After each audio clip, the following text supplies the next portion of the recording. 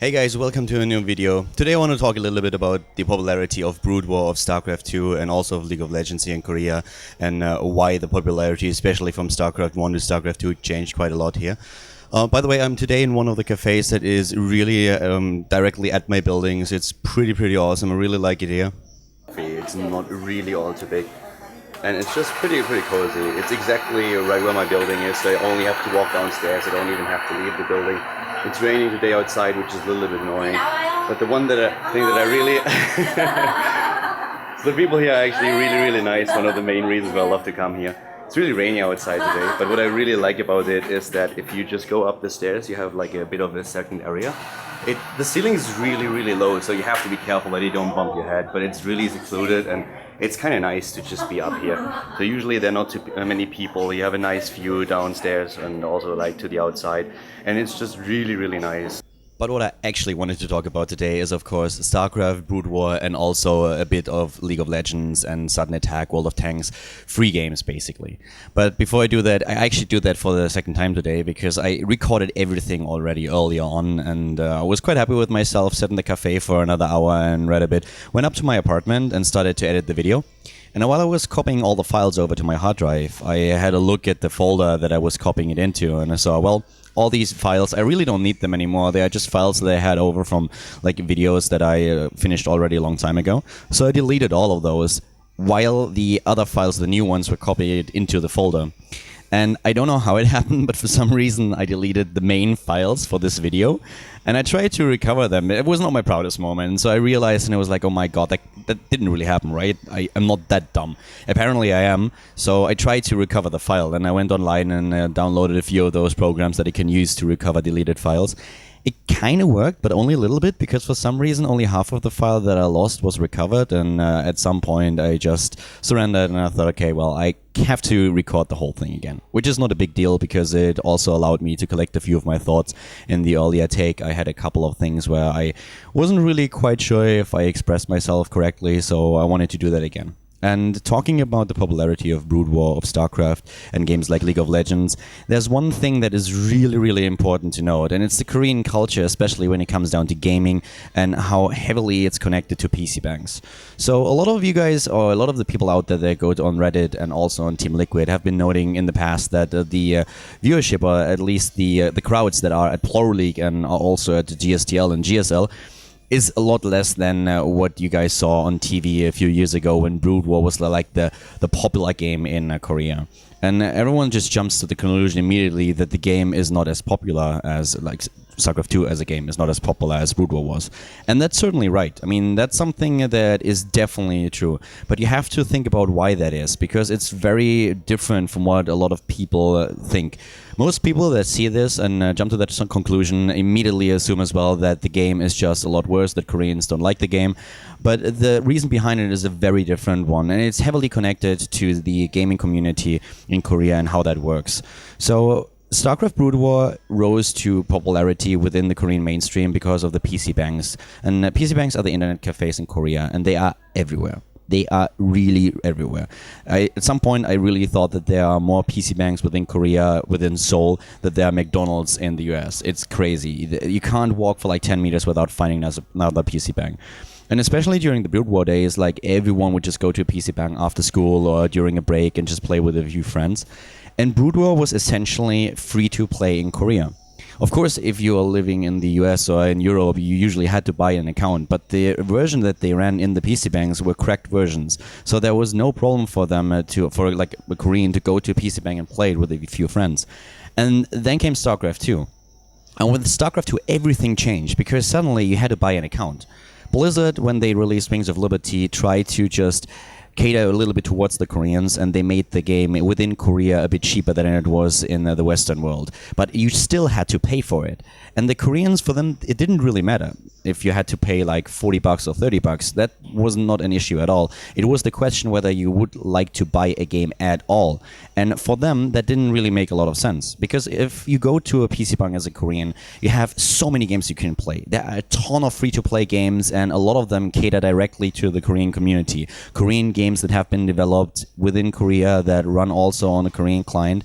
And it was just really weird for the Koreans to suddenly have to pay for an account. So that's why Wings of Liberty was not as popular as Broodwar back then. It was just a completely different style of gaming and a shift within the awareness of the people here, because they were not willing to just buy that account. And $30 is actually a lot, especially when you go to school within Korea. Those people, they don't have a lot of money. So for them, that was quite an investment at that time. And if you really want to go for that, you have to consider what else they had at the PC banks, that there were so many games that they could play with their friends for free. And this is also one of the reasons why games like World of Tanks, Sudden Attack, and League of Legends are so popular here right now. They're free to play, and you play them with a lot of your friends. You don't need an account for that. So that is one of the crucial parts that we have here. And especially when you talk about games like Sudden Attack and also World of Tanks, there were a few screenshots that people posted on Reddit where they were talking about how many people were watching those matches that were held at the GSL studio compared to, let's say, a normal Code S day or a normal Code A day. And there is another factor that you have to think about, because Sudden Attack and also World of Tanks is shown a lot less at the studio than StarCraft. There are some weeks where we have StarCraft every day at the studio, and therefore there's a lot more content out there that people can watch. But if you want to watch World of Tanks live, and that's the favorite game, that's the game that you play with your friends, then there are only certain days where you can actually go to the studio and watch it. So of course it's a much bigger draw than StarCraft, because with StarCraft you have such a huge amount of content that you can pick. You can be really picky about it. You can say, okay, I don't really want to go to this match or that match because the players that play that day, I'm not a fan of the team, I don't really like them, so I just would rather go on a Saturday, for example, and watch the GSTL match when my favorite team is playing. So all of that is really important when you talk about the popularity of games here, and you need to understand a little bit how that came to pass.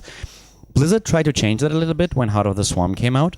What happens now is that if you find a PC bank where you can play StarCraft, you can actually play it for free. But it works a bit different. So right now what happens is, if you own a PC bank and you want to allow your customers to play StarCraft 2, you actually pay Blizzard, and you pay them per IP. So if you have like 5 PCs that run StarCraft 2, you have to pay them for 5 versions of it. And then the customers that come to the place at those 5 PCs can also run StarCraft 2 and play the game basically free to play, so they don't need an account for it. It's a little bit of an adjustment that Blizzard made with Heart of the Swarm, because they realized that the old model that they ran in Wings of Liberty doesn't really work for the Korean gaming community. And it just shows that the whole society here is so different from the Western world. At least in Europe, and I can only talk about Germany here, you don't have a lot of internet cafes, and most of them are really expensive, and the entire system there would work very different. Here, PC banks are so cheap, it's ridiculous. You can eat there, you can have drinks there, it's no problem at all, and they are around everywhere. So that's like the center of attention for a lot of the younger Koreans. And basically also why the games that I mentioned earlier just are so popular right now, where StarCraft is something that is even more popular in the international environment, but not really that popular in Korea.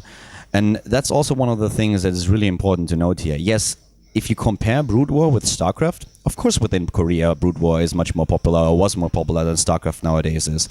But then you have to look to Europe, you have to look to NA, and you suddenly realize that whereas we didn't really have a Broodwar community there, Broodwar was dead outside of Korea. There was like a hardcore fan base, but that's basically it. If you talk about mainstream, and if you talk about like big viewership, that didn't exist outside of Korea.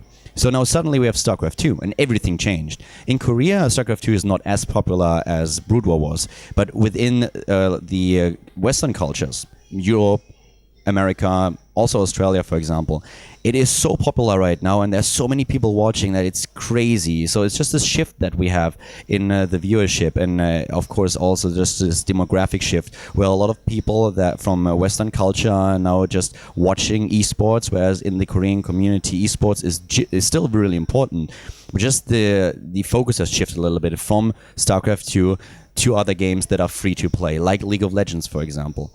And it's also one of those things that I personally didn't really understand. I can't grasp why people are always talking about, well, these games have so many people like playing, that's such a huge player base, and also like a viewership when they're talking about, let's say, League of Legends.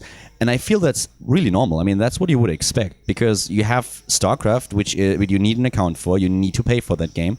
And it's a one-on-one game, whereas you have games like League of Legends, World of Tanks, Sudden Attack, all the ones that I mentioned before, and of course a lot more, where you don't need an account. So it's free to play and you play it with your friends. It's like a team game against a one-on-one game. It's like tennis versus soccer.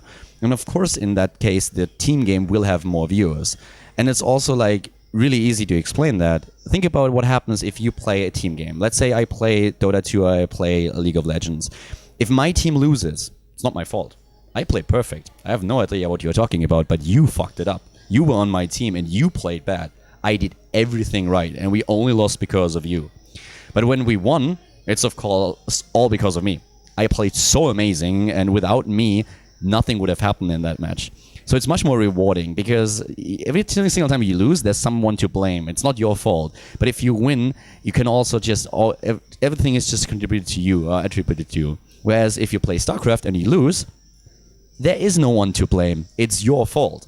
There's nothing else that you can say about it. The only thing that you can do is blame balance. And that's what a lot of people do. That's why we have so many balance discussions in StarCraft 2, or one of the reasons at least. Because it's always easier to blame a loss to the imbalance within the game instead of accepting that your opponent played better and that you made mistakes.